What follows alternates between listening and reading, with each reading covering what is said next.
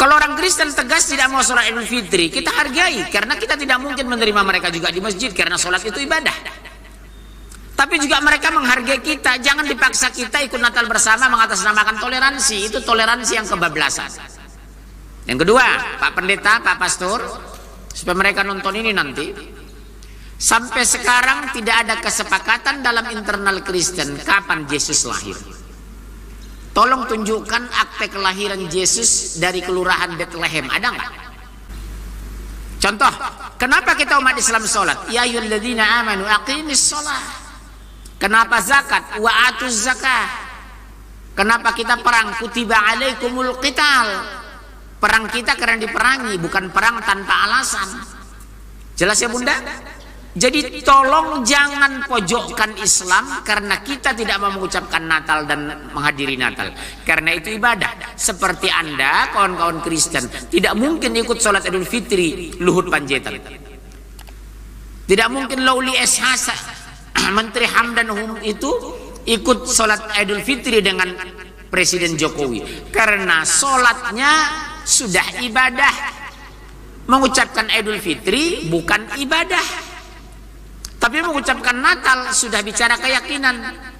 Jadi beda selamat Natal dengan salat Idul Fitri. Yang ibadah itu salat Idul Fitri, bukan mengucapkan selamat Idul Fitri. Tapi kenapa kita tidak boleh mengucapkan selamat Idul Fitri Natal? Karena mereka imani Yesus sebagai Tuhan, Isa dalam pandangan kita sebagai Nabi. Itu jawabannya. Kita menghargai semua agama kok. Islam agama toleransi. Bagaimana Islam memandang ini? Kita lihat Al-Quran. Langsung ibu buka. Siapa yang cepat? Sebelum kita lanjut, jangan lupa like, comment, subscribe, dan nyalakan notifikasinya agar tidak ketinggalan info terbaru lainnya. Semoga bermanfaat.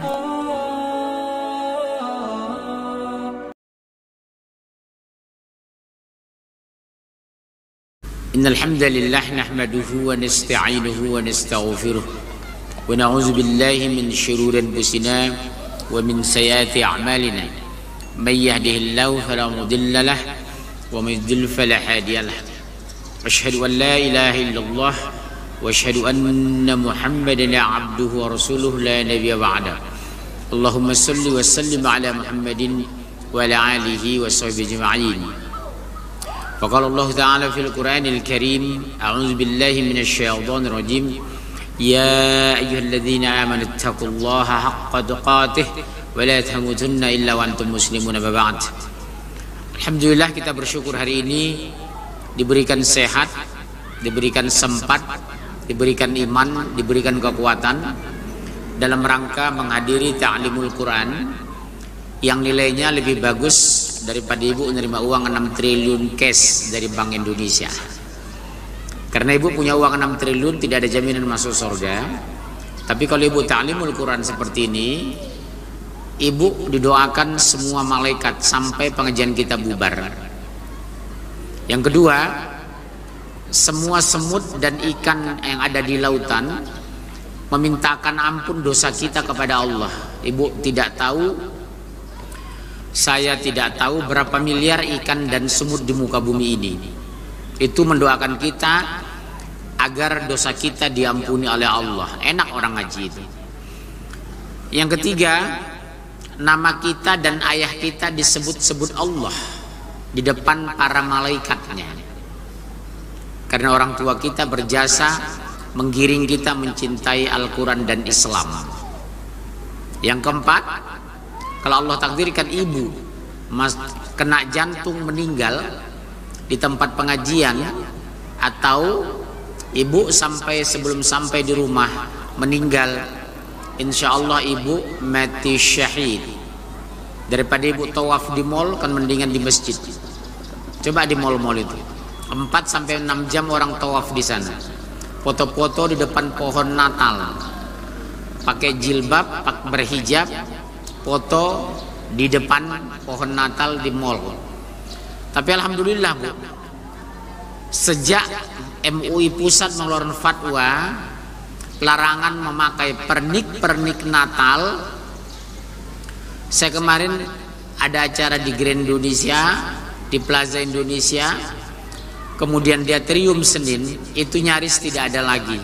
Dan tidak ada lagi umat Islam, karyawan, staf, pegawai yang berani memakai baju-baju sinterklas itu. Dan itu hukumnya haram. Kita dijamin Undang-Undang 45 pasal 29. Jadi kalau Kapolri mengatakan fatwa ulama itu bukan hukum positif, saya jawab hukum Islam itu lebih positif daripada hukum kafir, betul? Yang hukum positif itu malah hukum Islam. Hukum yang kita pakai itu hukum Belanda. Dan dari kacamata Pancasila, kita dijamin melaksanakan agama kita sesuai dengan keyakinan kita. Pasal 29 Undang Dasar 45. Jadi jangan kita katakan Islam itu tidak toleransi. Islam agama paling toleransi di muka bumi ini. Saya ulangi ya. Islam agama sempurna bicara toleransi di muka bumi ini. Contoh sederhana, Bu. Ibu silakan ke Inggris, Prancis, Jerman, Belanda, Rusia, Amerika. Di sana tidak ada libur Idul Fitri, Idul Adha nasional. Indonesia semua libur agama ada. Waisak, Nyepi, Gongsi Pacai, Cengbeng, kita libur. Lihat wafat Isa Al-Masih atau Yesus Kristus kata mereka, libur nasional. Yesus naik ke pangkuan bokapnya di sorga, libur. Kenaikan Isa Al-Masih, betul ya? Jadi jangan seolah-olah sekarang dibangun opini sejak Islam bangkit 212 Islam itu anti demokrasi, anti itu, anti ini, anti persatuan, anti Bhinneka Tunggal Ika. Justru Islam satu-satunya agama yang hormati semua agama. Di mana dalilnya? Lakum dinukum waliyadin. Silakan kamu beragama menurut kamu, kami beribadah menurut kami. Kami tidak akan pernah menyembah Tuhanmu dan kamu tidak akan menyembah Tuhan kami. Fair itu, objektif hukum Islam itu.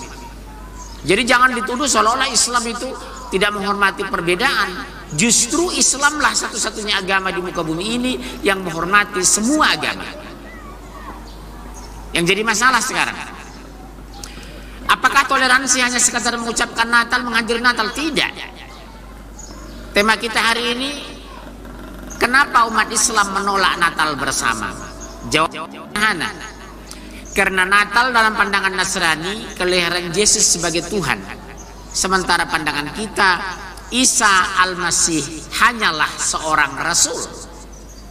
Yang kedua, mengucapkan Natal kenapa kita diharamkan? Patokan kita beragama bukan Profesor Dr. Agil Siraj, bukan.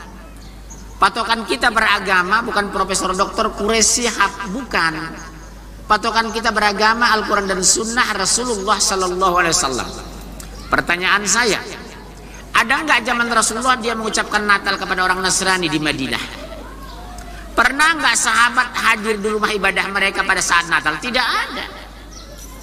Karena toleransi dalam Islam itu jelas, yang menyangkut syariah dan akidah kita haram. Saya ulangi ya Bu, kita haram menghadiri dan mengucapkannya.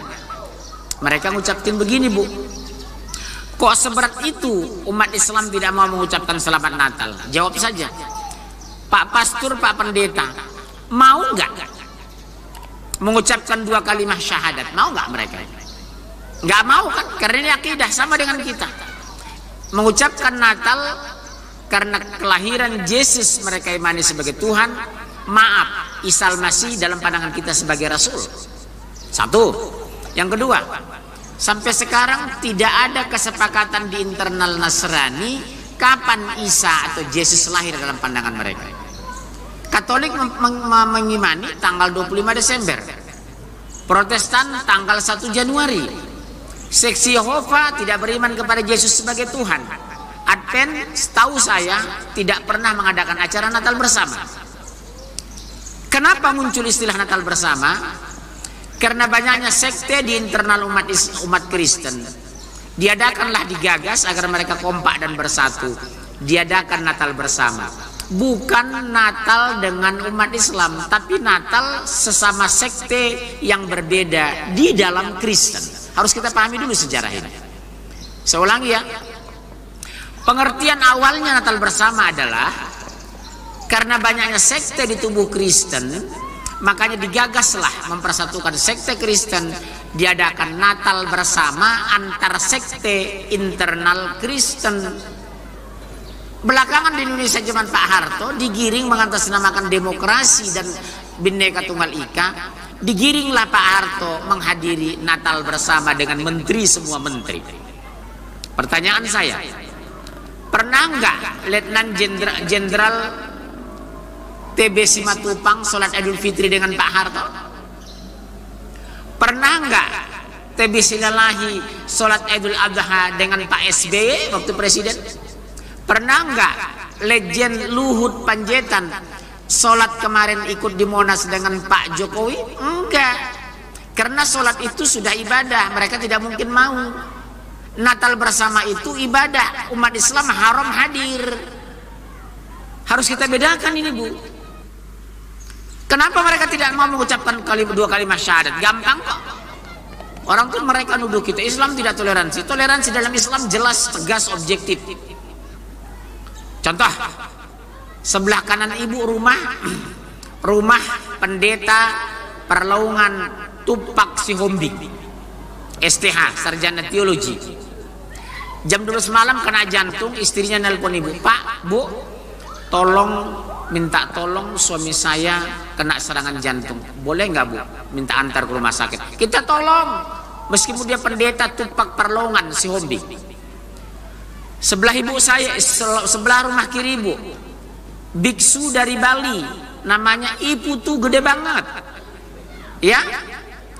Jam 2 malam nelpon ibu, Bu, mohon maaf istri saya mau melahirkan, minta tolong angkat ke rumah sakit bersalin. Kita tolong, Bu, depan rumah kita kotor rame-rame, di RT Islam, Kristen, Hindu, Buddha, ateis, komunis, sama-sama kita bersihkan. Itulah dalam Islam. Kalau orang Kristen tegas tidak mau sholat Idul Fitri, kita hargai, karena kita tidak mungkin menerima mereka juga di masjid, karena sholat itu ibadah. Tapi juga mereka menghargai kita. Jangan dipaksa kita ikut Natal bersama mengatasnamakan toleransi. Itu toleransi yang kebablasan.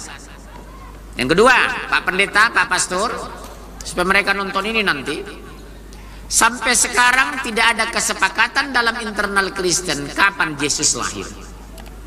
Tolong tunjukkan akte kelahiran Yesus dari kelurahan Bethlehem, ada nggak? Saya ulangi ya Bunda, Ibu minta ada nggak akte kelahiran Yesus Kristus di Bethlehem tanggal berapa? Beda dengan kita umat Islam. Rasul lahir di Mekah 12 Rabiul Awal tahun gajah, betul? Ibunya Aminah, ayahnya Abdullah, kakeknya Abdul Muthalib, pamannya Abu Thalib, istri pertamanya Khadijah, istri terakhir Maria Al-Qibti, hadiah Raja Mesir dari Egypt. Yang kedua, lahir di Mekah, ini Mekahnya, wafat di Madinah, ini makamnya, minum air Zam-Zam, ini airnya, menerima wahyu di Gua Hiro, ini guanya. Bisa dibuktikan dari kacamata antropologi, sosiologi, dan arkeologi. Islam itu ilmiah apa? Contoh, kenapa kita umat Islam sholat? Ya ayyuhalladzina amanu aqimis sholat. Kenapa zakat? Wa atuz zakah. Kenapa kita perang? Kutiba alaikumul qital. Perang kita karena diperangi, bukan perang tanpa alasan. Jelas ya Bunda? Jadi tolong jangan pojokkan Islam karena kita tidak mau mengucapkan Natal dan menghadiri Natal. Karena itu ibadah. Seperti Anda, kawan-kawan Kristen, tidak mungkin ikut sholat Idul Fitri Luhut Panjaitan. Tidak mungkin Lauli SH, Menteri HAM dan HUM itu ikut sholat Idul Fitri dengan Presiden Jokowi, karena sholatnya sudah ibadah. Mengucapkan Idul Fitri bukan ibadah, tapi mengucapkan Natal sudah bicara keyakinan. Jadi beda selamat Natal dengan sholat Idul Fitri. Yang ibadah itu sholat Idul Fitri, bukan mengucapkan selamat Idul Fitri. Tapi kenapa kita tidak boleh mengucapkan selamat Idul Fitri Natal? Karena mereka imani Yesus sebagai Tuhan, Isa dalam pandangan kita sebagai Nabi. Itu jawabannya. Kita menghargai semua agama kok. Islam agama toleransi. Bagaimana Islam memandang ini? Kita lihat Al-Quran. Langsung ibu buka. Siapa yang cepat baca? Ya, itu ada mic saya kasih, Bu. Satu, dari pandangan Islam. surat 5 ayat 75. Kemudian surat 3 ayat 16 sampai 36. Kemudian surat 5 ayat 72 plus 73. Ini pendekatan Quran. Al-Quran. Ya. Bible atau Injil, benarkah Yesus sebagai Tuhan? Pendekatannya jelas ada. 1, Yohanes, bawa kitabnya enggak? Yohanes pasal 17 ayat 3. Lukas pasal 2 ayat 21. Matius pasal 4 ayat 2. Apalagi? Matius pasal 27 ayat 59. Kemudian Matius pasal 15 ayat 24. Ini Taurat.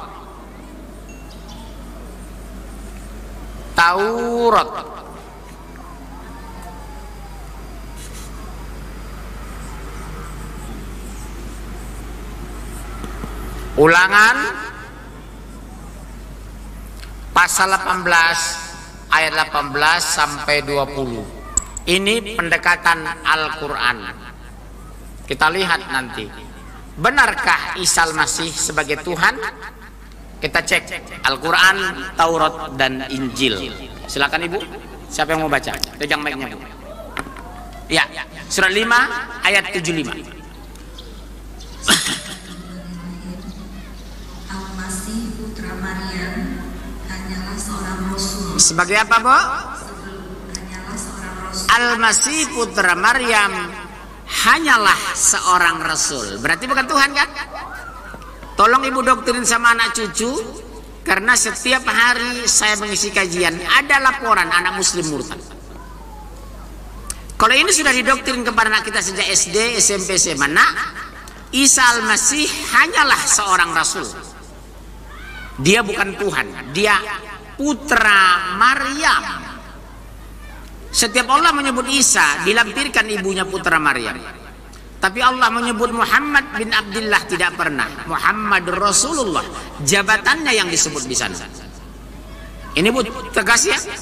Al-Quran itu simplicity, transparan, objektif, dan universal. Itulah Al-Quran itu. Isa Al-Masih putra Maryam hanyalah seorang rasul. Dia putra Maryam, bukan putra Allah dan bukan Allah. Udah selesai. Kalau anak Ibu sudah memahami ini, kenapa bisa murtad? Nania murtad, Junedi Salat murtad, Luqman Sardi murtad. Padahal mereka awalnya berbasik agama, karena doktrin Al-Quran lemah.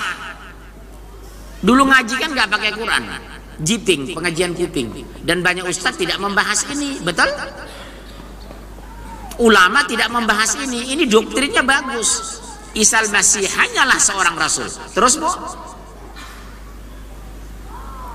Sebelumnya pun sudah berlalu beberapa rasul. Berapa rasul Bu selama ini yang sudah pernah diutus? Berapa Mas? Rasul yang pernah diturunkan ke muka bumi berapa? Dari PDIP yang merah ini. Apa ini yang merah sendiri kok merah di situ? Dari PDIP berapa? 25 yang masuk Quran. Yang pernah diutus berapa? 114. Ibu catat ya Bu. Nanti 4 kali pertemuan kita ujian. Kapan jadinya kalau nggak pakai ujian ini? Nyatat aja kayak wartawan. Subhanallah. Jamaah wartawan ini. Bu, ini basic Islam loh. Umat Islam 99% tidak tahu ini. Harus saya jelaskan dulu. Rasul yang pernah diutus 114, yang dimasukkan ke Quran 25. Nabi yang pernah diturunkan 124.000. Tolong ya Ibu, sampaikan kepada anak.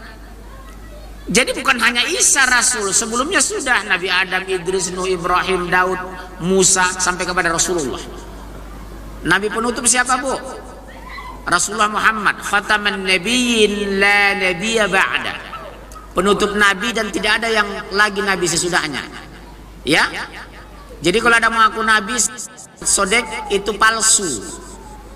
Rasul itu ganteng-ganteng bu, Nabi Sulaiman ganteng, Nabi Daud ganteng, Rasulullah ganteng, Musa ganteng, nggak ada jelek kayak Ahmad Sodek. Ini sudah tua jelek ngaku nabi lagi. Rasul itu ganteng bu, hidung mancung, wajah kemerah-merahan, rambutnya ikal, jika tersenyum mengagumkan, jika bicara enak didengar, jika berjalan berwibawa, mengambil keputusan menguntungkan. Di sebelah kita tambah ganteng. Tapi kalau ibu, suami ibu duduk di samping Aliando, makin jelek itu suami ibu. Rasul itu mulia, orangnya ganteng, kemerah-merahan, rambut ikal, keringatnya harum. Suatu siang pernah Rasulullah tidur di rumah sahabat karena panasnya itu spray, kalau istilah sekarang ya, spray itu sampai basah bisa diperas keringat Rasulullah. Begitu Rasulullah pulang meninggalkan ruangan itu, rame-rame berebut memeras spray itu karena harumnya keringat Rasulullah. Subhanallah. Bukan seperti keringat orang sekarang bau ketek. Benar bu, keringat Rasulullah itu harum. Beliau orang mulia, dan Rasul yang kita imani itu sejak kecil jangankan pahanya, betis pun tidak pernah dilihat orang. Makanya suami ibu di rumah tolong tegur kalau keluar rumah, Pak, ada batasan aurat lah Pak, di bawah lutut sampai pusar. Papa main tenis, papa main golf, tidak boleh celana pendek seperti itu. Suami istrinya papa itu saya loh. Lihat kerudung kami sudah syar'i. Lihat mata saya sampai pakai kacamata, kebanyakan baca Quran gitu. Giliran papa keluar rumah, celana di atas lutut, nggak boleh Pak. Anak saya yang kecil-kecil aja Pak di rumah nggak mau pakai celana pendek gitu. Apa kata anak saya itu? Nggak mau, kenapa? Kelihatan aurat. Kelas 2 SD bu, saya suruh pakai celana pendek di rumah, nggak mau. Di rumah itu pakai training. Subhanallah. Jadi kita didik anak kita batasan aurat itu bukan hanya wanita yang ada auratnya, laki-laki kita di atas lutut nggak boleh. Ini nggak sholatnya ke masjid 5 kali sehari semalam, pulang dari masjid buka sarung, celana pendek di atas lutut, nggak boleh Pak, itu aurat. Kecuali yang melihat itu istri kita, anak kita, ponakan kita, ibu dan ayah kita, itu boleh. Kalau bapak main golf dilihat sama si itu, sama si kedi, jangan-jangan ibu pancing kedinya aja. Iya, kedinya kan gak ada yang jelek, putih mulus bahenol, makanya orang main golf senang. Kecuali saya, karena saya tidak pernah pegang stick, yang pernah pegang golok bukan golok ya.